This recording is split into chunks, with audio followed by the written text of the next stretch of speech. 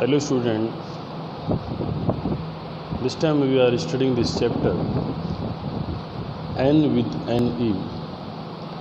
Very interesting chapter in your book where this little girl Anne has been presented here as a very intelligent child, and her conversation, her statement, everything is very impressive for the readers. In the last two videos,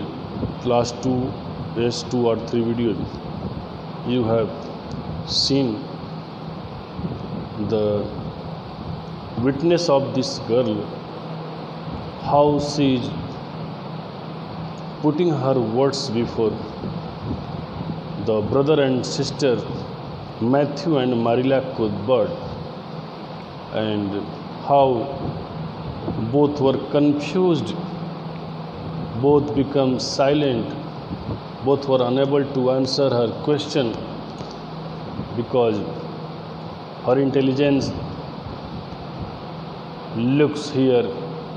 appears here very clearly, and it shows her great effect.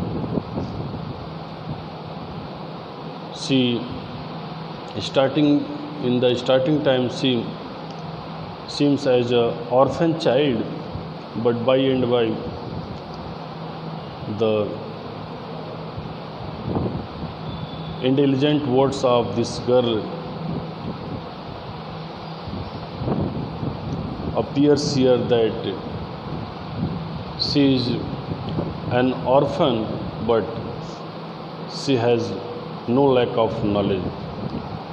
She is fully wise and brilliant. Now let's see. In this video you can see when Marilla was questioned by this girl, and that if you also live in despair, how can you look happy, how can you take your food? Then Marilla replied that I have never been in the depth of despair. Marilla responded at that time, weren't you? Well, did you ever try to imagine you were in the depth of despair? Weren't you? Once again she asked Marilla, weren't you realize, weren't you think about your depth of despair? Or you have never tried to imagine about it, that you try to forget, you try to avoid your despair? What is the reality? And wanted to know all the clarity about Marilla. Marilla said, no, I didn't. Means I never imagined about it. Then I don't think you can understand what it's like. What it's like. Once again Anne says that, okay, I don't think about it, that you will understand it, that without realizing, without feeling sorrow related to herself or himself, nobody can imagine it, nobody can realize it. Means to know about this pitiable condition, everyone has to realize it. Without realizing it, it is impossible to feel it. It is a very uncomfortable feeling indeed.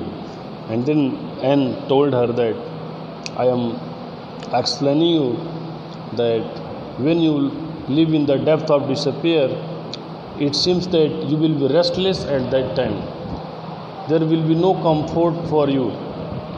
When you try to eat, and at that time, if you unwillingly try to eat, a lump comes right up in your throat. Throat में right side में एक lump, एक गांठ जो है अपने आप आ जाती है। And you can't swallow anything, और फिर सैलो मीन्स निगलना, और उस वक्त आपको चाह करके भी निगल नहीं सकते। Not even if it was a chocolate caramel.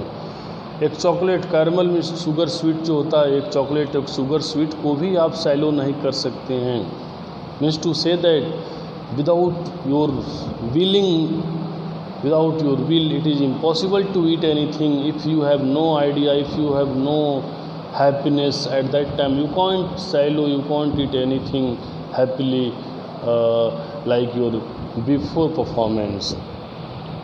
I do hope you would not be offended because I can't. Then Anne said, I do hope, means she expect about you that you will not be offended, means not be insult because I can't eat. मेरे न खाने से आप insult न feel किए होंगे, आपको बुरा न लगा होगा, ऐसा मैं सोचती हूँ। यही रीज़न है कि मैं कुछ नहीं खाई क्योंकि मेरा खाने का मन नहीं था। And after that if I try to eat anything, definitely I get in problem. Everything is extremely nice, but still I cannot eat. And said everything is extremely nice. सब कुछ ठीक है, I have no problem, but still I can't eat. After that I can't eat anything. It's my own problem. I guess she has tired, said Matthew. Then Matthew said, oh, I guess that she has tired. She has tired, said Matthew. Best put her to bed, Marilla. And Matthew suggested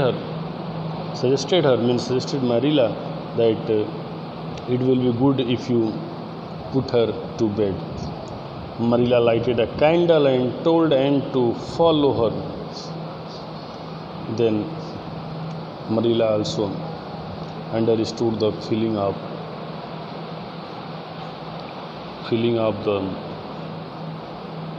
his brother Matthew, and then she lit a candle and asked Anne to follow her, which Anne spiritlessly did. And after that Anne spiritlessly means lifelessly, या काफ़ी loose, काफ़ी easily, it seemed that very tirelessly, lifelessly, you can say, she did it, means she followed her, taking her hat and carpet bag. And then she took her carpet bag, and she followed Marilla towards her room, back from the hall table as she passed. You can see here in the figure, the same thing is in the figure as I have explained you here in this passage.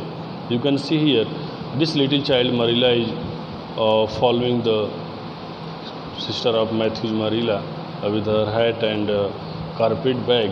The same thing is also here. Okay, now let's see. The hall was fearsomely clean. Then Anne saw that hall was very clean, and little gable chamber in which she presently found herself seemed still cleaner. Now Marilla entered in the chamber. Anne entered in the chamber, the hall, the chamber, everything was very neat and clean. There was not a particle of dust anywhere.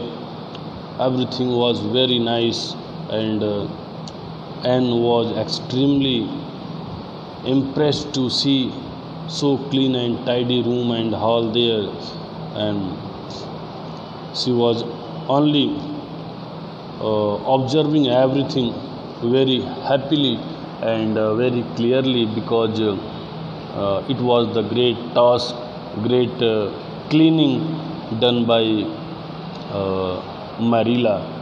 Now definitely after seeing the conditions of the hall and rooms, everything, everyone could say that all the credit goes to Marilla, because the responsibility of the house to make it clean was fully in the hand of Marilla. So she has completed her task very honestly. Now page number 57 has completed, and we have to start page number 58 from this figure. Okay.